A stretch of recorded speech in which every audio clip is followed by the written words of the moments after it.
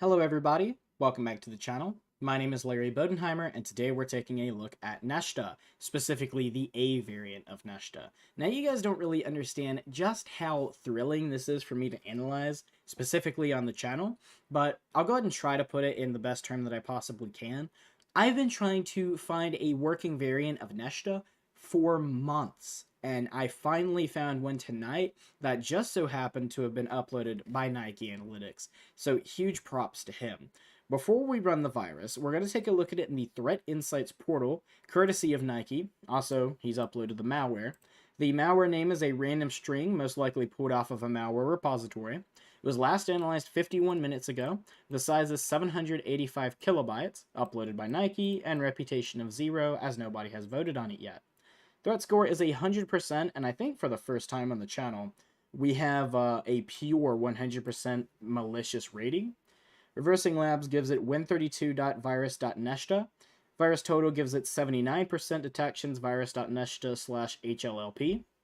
Hatching Triage gives it a 10 out of 10. Any Run gives it 100% with malicious activity, threat level 2. Kaspersky OpenTip flags it as malicious. Unpack Me flags it as malicious with 1 AV detection.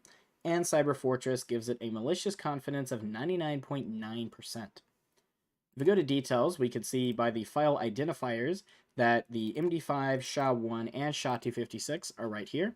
If you're new to the channel, I do also put this in the comments, so if you want to find it and don't want to type it in, letter per letter, it'll be right there. Also, before we run the malware, something that's very interesting about this is I'm pretty sure this is the only malware so far that we've run on the channel that has been written in Delphi. So Delphi is a really weird language I don't get to see a lot of. The fact that it was written in that language is already interesting on its own. And if we take a look at video tools, we're going to go ahead and we're actually, despite it being a virus, we're going to open all of them because a lot of Neshta variants actually open a back door on the device where people can get into your system, which is very interesting to me. So I'm going to resize System Informer to about here. That way, whenever we want to open Process Monitor and take a look at it, we don't have to adjust this later. Wireshark, we'll go ahead and open the Ethernet, and we'll lower that. That could take half the screen. That's fine. And we'll put Zooey right here. The last thing to do is take a look at the properties. If we go to details, there are no details, which shouldn't be very surprising. Usually with viruses, they don't try very hard to hide what it actually is. So that's pretty much it. We'll go ahead and get System Informer ready. I just said Process Monitor. And without any further ado, let's run some malware. Do you want to allow this app from an unknown publisher to make changes to your device? Of course I do. So we click yes, and immediately we see it open down here, but we also have another file called synaptics.exe, which is running in the background as its own parent process, and it has a Cantonese string in the description. Matter of fact, if we go to open this, we click Open File Location, we can't actually see it in the Synaptics folder, but we do have a WS folder, which is also empty. So we go and lower that. And another thing we're going to do is we're going to go to the C directory. Okay, and it may not be here yet, but one thing that we should see in the C directory is we should see something called servicehost.com. Although I don't think we're going to see that until this file actually closes. So while it's doing all that, we're going to open Process Monitor, and we're going to do two filters. The first filter we're going to do is operation is create file. And as you can see, the main process did just close, but we still have synaptics.exe running in the background. And then we're also going to do process name is, not typing all that. And we're going to go ahead and apply this. And as we see, it has 145,519 events. So the reason that it has so many events is with it being a virus, it does actually go through and it infects every executable, DLL, and in some cases, .com file that it can find. So if we minimize this, we're going to take a look at the Process Monitor tab, and we're going to go to the file size. Now, the file size for this is 3.93 megabytes. I should have shown this before we analyzed the malware or ran it, but the thing is, it was 3.93 megabytes before the malware ran. And what happened is, similar to other viruses from the past or Trojans like CIH, other malware strains like that, instead of adding itself to the end of the code for any executable that it infects, it actually fills empty space in the code for that executable. So instead of increasing the file size, which would obviously make it suspicious, it actually just fills whatever space it can find with a copy of its own code. It also adds a registry key to run a copy of itself as servicehost.com whenever you try to run any executable on the device. So it's not actually here. So I'm not entirely sure where it saved it to. Maybe if we go to the Windows directory, because we need to be finding a servicehost.com.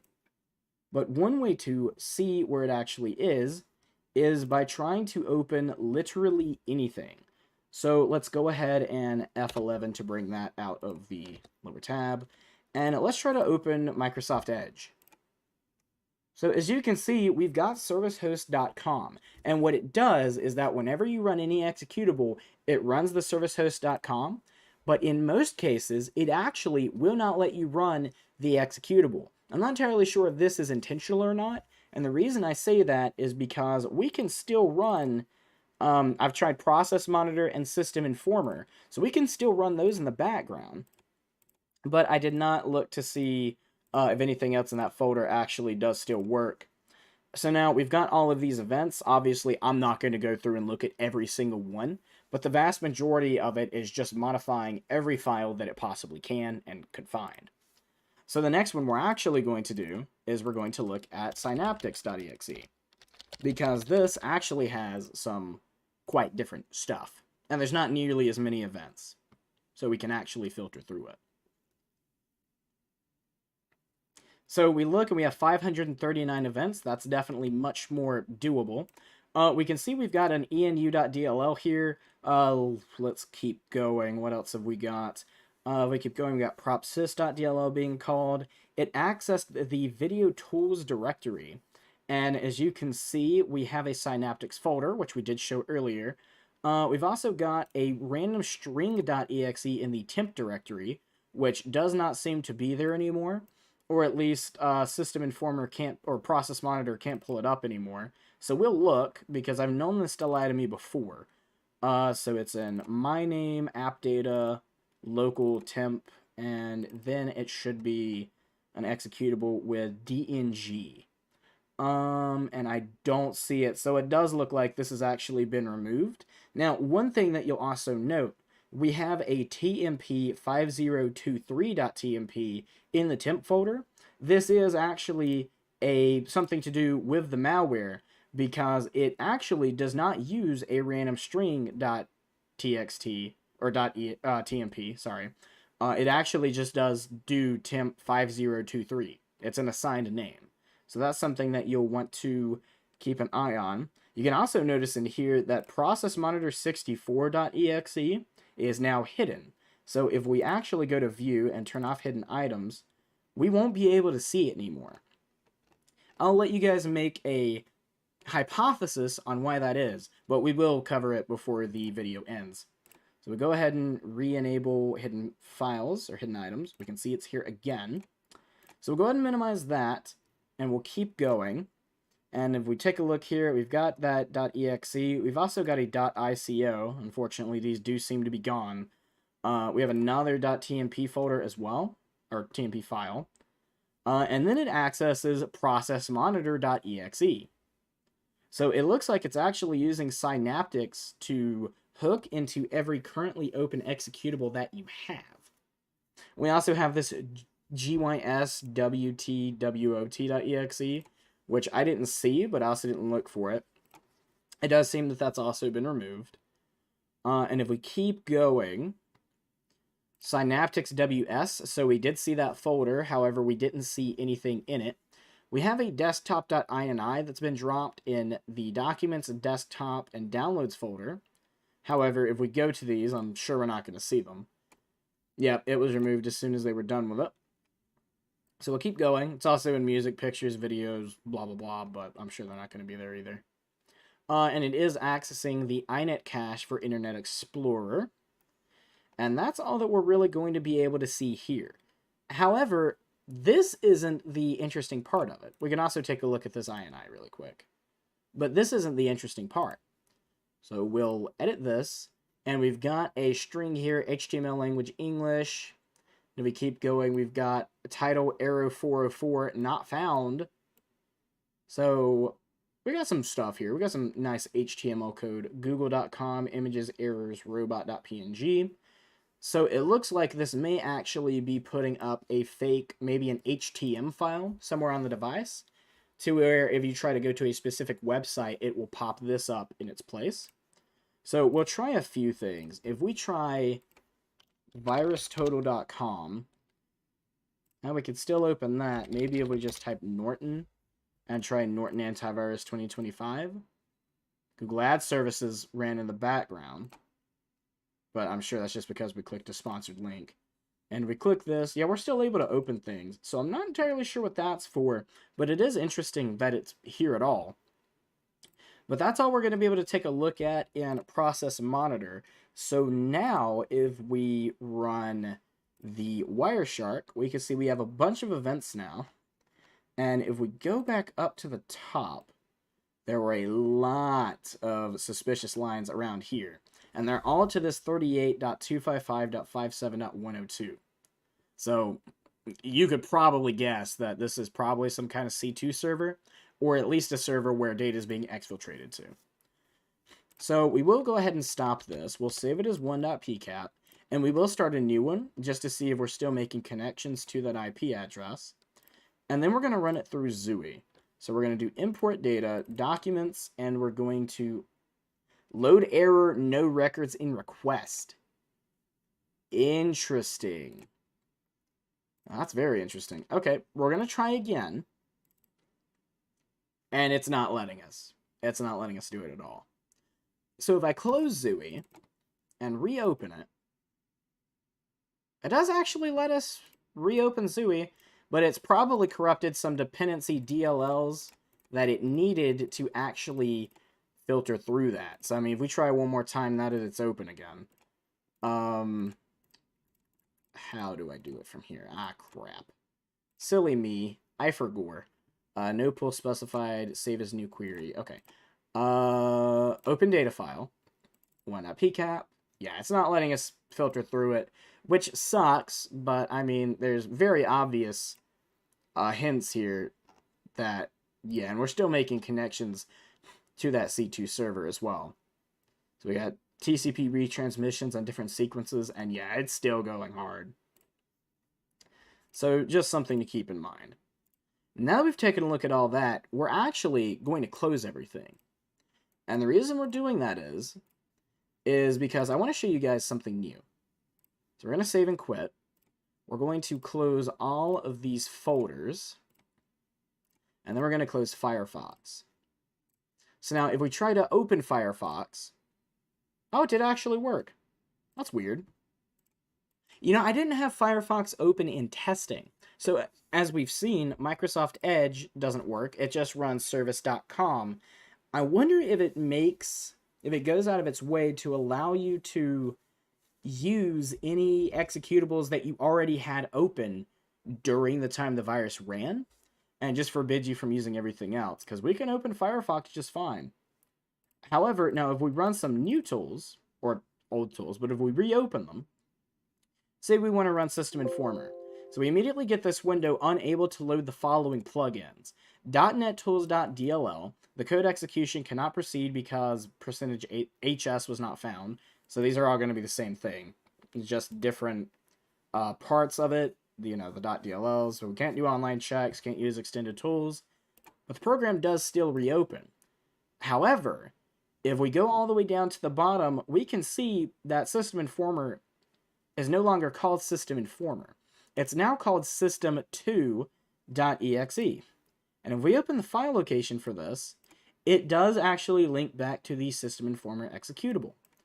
However, if you noticed, we also saw that Process Monitor was in the synaptics.exe modified files. So if we go over here, and try to open process monitor, it does work. But that's not what I'm trying to point out. It's now called process1.exe, and then the filter for it is process164.exe. So it's renaming important files, and it's actually assigning them in a way that the malware can run beside it, but in this case, you're still able to open the original file.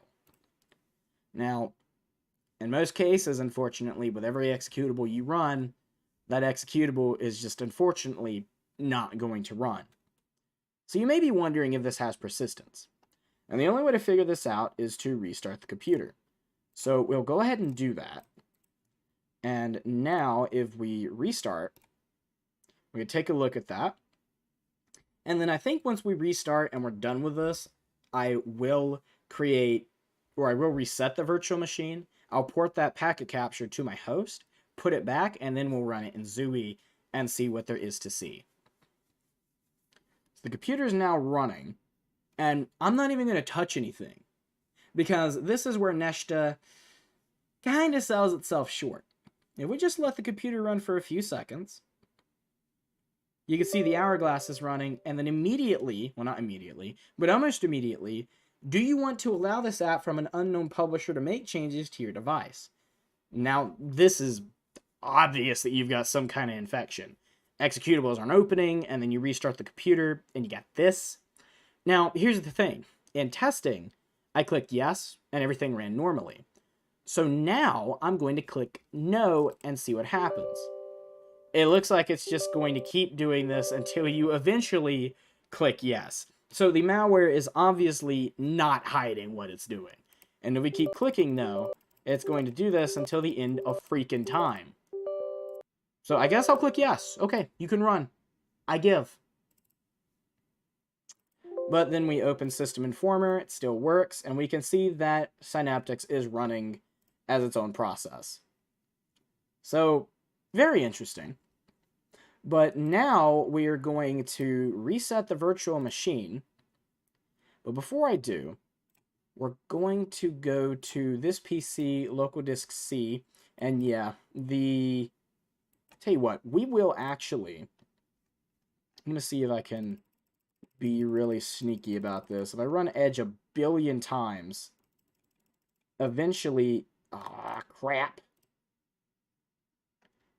Oh, I have to be really quick about this. Okay. Dang it. I'm trying to open Microsoft Edge enough. Tell you what, there's a better way to do this. Edge. Because I want to see the directory that the service host.exe is on. Okay. Oh, dang it, not search online. It didn't work anyway. Okay. So yeah, we gotta be really quick about it. Oh my god, I keep clicking the wrong thing. We may just not be able to figure it out. It is just a copy of the virus, but I just want to know, unable to locate the file. I just want to know where it is. Surely if we search servicehost.com, we're not going to find it. Crazier things have happened, so I'll look anyway. But, you know. Tell you what, if we try to run regedit, regedit's also been hooked. Task manager, same thing. So, it do be unfortunate. Even at this point, if you do install an AV product and try to remove it, it's probably going to be pointless because it's hooked into the vast majority of executable files, or every executable file, and you're not going to be able to use them anymore anyway. So at this point, you pretty much have to just, reset your entire computer and hope that if you have backups, they haven't been infected. And if they have, well, skill issue, because you're going to have to restart from scratch. It's not letting me paste this. Why is it not letting me paste this in my host? It's probably done something with VMware and modified VMware executables and DLLs so that I can't actually port this over. That is very frustrating. It's very frustrating indeed. There's got to be a way that I can do this. Let me think. Let me use my brain power. If I upload this to... No, because Nike re-disabled guest uploads, so that's not going to work either. Come on, brain. There's got to be a way. Well, either way, they probably wouldn't have much information anyway, and everything that was in or would be in Zooey, we've already seen in VirusTotal. Wireshark. I mean, it's clearly obvious we've got C2 activity on the device. So, even though it's a virus, it does communicate with a C2. You can't call it a Trojan or a remote access Trojan because it's not even trying to hide what it does. It's just a virus with C2 activity. So, I mean, we can try to copy it, I guess. We'll do like cut. And then, actually, you know what? I have an idea. If we go to, let's see, removable devices. I don't have a flash drive plugged in at the moment. I'm going to try to speak up a little bit so you guys can still hear me. But I'm going to see if I have a flash drive around here. Yeah, I don't have one plugged into my computer. Let me see if I can just find one around here. Here's one. I keep tech just thrown all over the place. And I'm going to plug this into the back of the computer. And what I'm going to do is I'm going to put that packet capture on the flash drive. And then I'm going to disconnect it from the VM and reconnect it once we've actually reset the virtual machine. Is it going to work in that port? If I go to, excuse me, I'm still a little sick. If I go to removable devices, that's not showing up. I may have to unhook the keyboard and plug it in to one of those ports. So let's try that. This is the keyboard. Keyboard's unplugged. Let's plug that into where it was. It may have worked. No, it doesn't look like it's showing up even on the host. Alcor Micro Mass Media Storage. I don't think that's it. I mean, if we try that and we go to this PC. Wow, my knowledge is showing really good, isn't it? That might be it. No, that's not it. Okay. So at this point, I mean, we already know what it's going to show. Like, there's clearly activity here.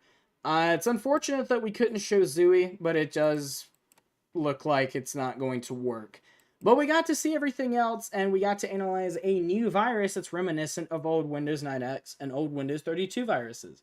So I hope you guys did enjoy the video. If you guys are new, please make sure to leave a like and subscribe.